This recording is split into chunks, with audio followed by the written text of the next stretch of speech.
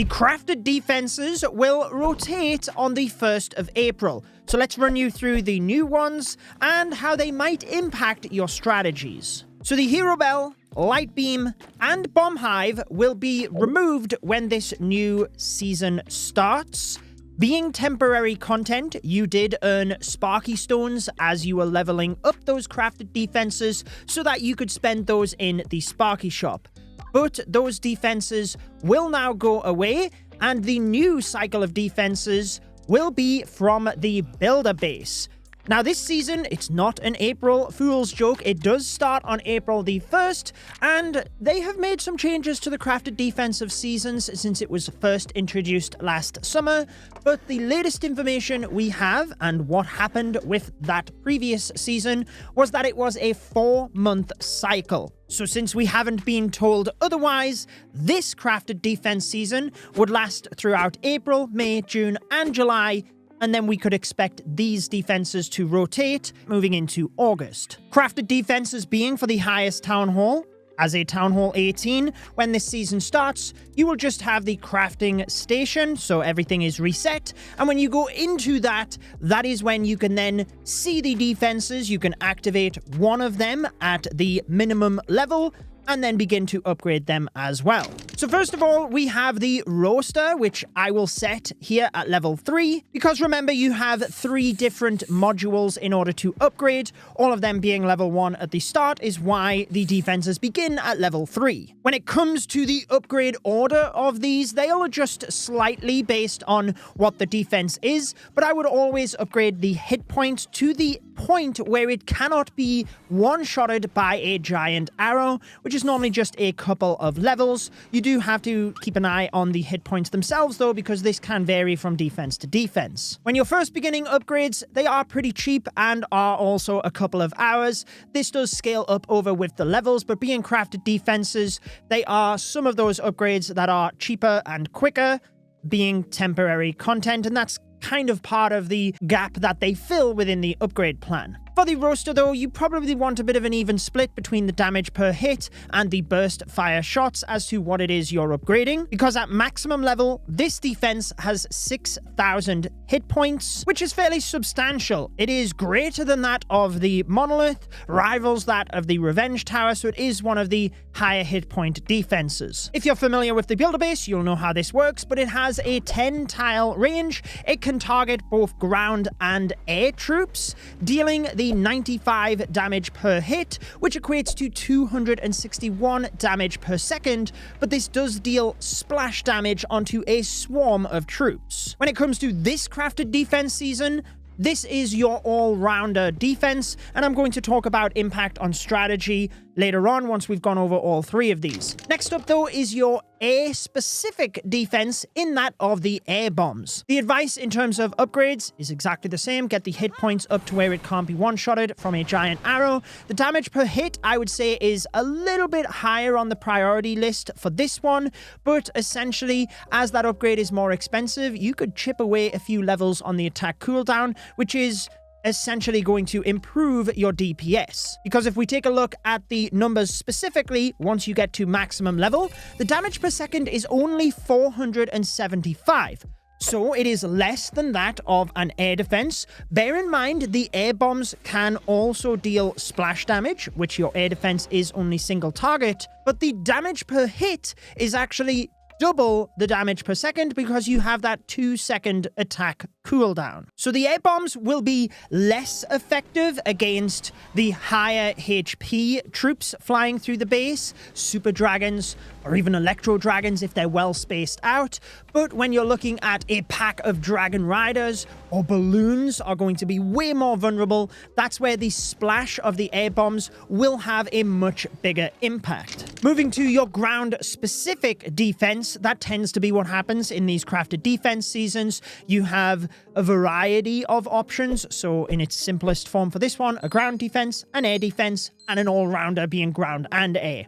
The lava launcher, though, I would focus on the hit points like I said first. This one does only go up to a maximum of 4,900, but you don't need to get it all of the way, just to the point where it's not easily taken out. But then I would actually focus on the range a bit more heavily first. It has a dead zone of 6 tiles where it cannot fire if a troop gets within that range, but you can extend this up to 20 tiles at the maximum. Much like I mentioned for the air bomb, alongside this you might very quickly get some of the damage per second up. However, the range of the defense is actually going to have a big impact so that you can start firing at troops from further away. Specifically though, in terms of the numbers, the damage per second is only 125, and that's because of how slow this defense fires.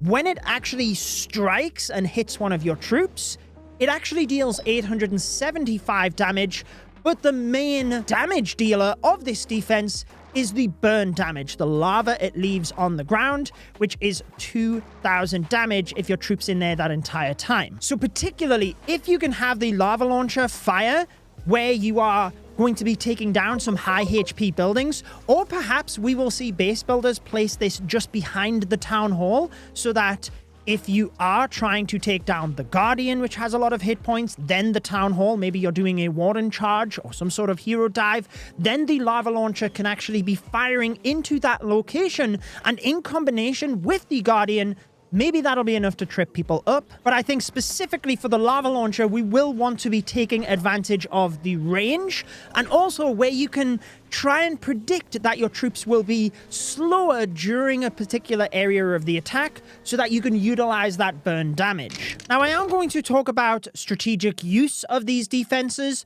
but also how the removal of the previous ones impact the meta. Now, if you are going to be making any purchases when the April season starts, whether it's for these defenses or namely the gold pass, remember you can support a creator beforehand by pressing the C and entering their code. My code is Judo, and it helps me to bring the best Clash of Clans videos that I can. So I really appreciate the support, but I would recommend you check out the Supercell store. If it's available in your country, you will earn extra items with your purchases. These can include gems, runes, or books. And you can support a creator on the Supercell store. You can support my channel in any Supercell game. Your support with code Judo is always much appreciated. Now, I do think it depends on where you are in the leagues as to which one of these might be the most impactful. I do think the lava launcher will be really interesting when it comes to hero dives. The air bombs, if you are, I would say, low to mid legends and you are getting hit with dragon attacks, whether that's electro dragons or the dragon riders, which I'm going to touch upon in a moment as well. But we know that in the next update, dragons will equally be getting a new level. That was confirmed in the recent blog post that Supercell went over a lot of information on meta, balance, future updates, and what they want to do with the game. I'll link you to that video at the end in case you missed it. But essentially, you do have to take a bit of a look at your defense log to see what you're attacked with the most. And if dragons are quite high on that priority list, then the air bombs would naturally be the obvious pick for you. If I were to weigh them up, I would say the air bombs gives you great value because it's attacking all of the time versus the troops. The lava launcher is a little bit more risky, but if you're in Legends League, hit with a lot of throwers, that would be a great option. And particularly for warden charges, you can't invis through it. The burn damage is really going to have a heavy impact. So maybe that's better for Legends. But the all-rounder in that of the roster, if you're not sure, will give you good value for ground and air attacks. Now, what we've seen in the previous crafted defense seasons is that the all-rounder is fantastic as a set it and forget it if you really don't know, but you do tend to have that little bit better success by leaning into really trying to defend a particular strategy that does involve a bit more base building. So it depends on where you get your bases as to whether you would go with the lava launcher or the air bombs if you were trying to defend a specific strategy. So for example, my accounts have actually just been in the Electro Leagues recently. I haven't been attacking that much, but I'm actually getting hit with a lot of dragon attacks. If you're finding you are still getting hit with a lot of thrower attack strategies, Lava Launcher would be what you would go with. I will personally go with the air bombs. I think that dragons are already popular, and as people continue to upgrade their Dragon Duke, plus we get the new levels of dragon, I think we will see that a little bit more. So I'm going to go with the air bombs first, but the roaster is a good option as an all-rounder. Do I think that these 3 defenses in particular will impact the meta as it is right now? Probably not.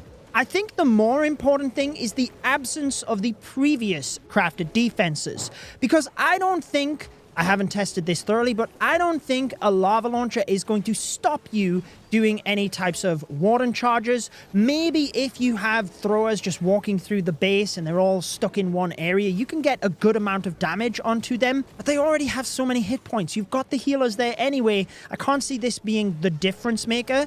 Same with the air bombs, you can get extra damage, but I don't think it's going to have as big of an impact of stopping a strategy altogether. However, the bomb hive was the main direct counter to the Royal Champion charge. Yes, we've seen it drop off a little bit because people typically use the Royal Champion charge into Root Riders, which the Town Hall 18 not being a defense, we didn't see that as much, but we used to see the Royal Champion charge into dragon attacks a lot. But the main reason we haven't seen it at Town Hall 18 is the bomb hive is a nightmare to Royal Champion charge through, because even when your Royal Champion was invisible, the bombs would still impact her and the Spirit Fox.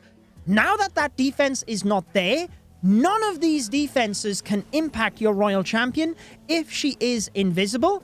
So the Royal Champion charge we absolutely could see coming back into the meta, especially when you're thinking about that new dragon level. And the fact that Dragon Riders, the Mass Dragon Rider attack, is already used a fair bit in Legends League as well. So we could reuse the Royal Champion charge to set up defensive pathing for the Dragon Riders. Now, I think that's really cool because it doesn't mean the Royal Champion charge is going to be overpowered like it was through the Town Hall 17 days, but it means we might see it a little bit more, and more strategy options and a more diverse meta is what we like to see, giving people the options to attack with the strategies that they want to attack with. I think that will be the most meaningful change of this crafted defense season. I didn't necessarily give extensive testing to these defenses since I already know how they work from the builder base, and even though they are defenses that we already have in the game, I don't mind that. I'm sure some people would like to see completely new designs, but since these are from the builder base, we've never had them in the home village before, so it is unique in that aspect. And I guess it does tie to the builder base a little bit because as it stands, there's not really many connections between the home village and the builder base. So I personally quite like this. It's only for a few months and then hopefully they have fresh defenses after that. Just means we have a builder base themed crafted defense season. Let me know what you think about these new defenses though. How do you think it will impact the meta and which one will you be upgrading first? I will link you to a recommended video from my channel, and also I have placed the video where I broke down the recent blog post which gave us lots of information about the future of Clash of Clans. That's it for this one though. Enjoy the rest of your day.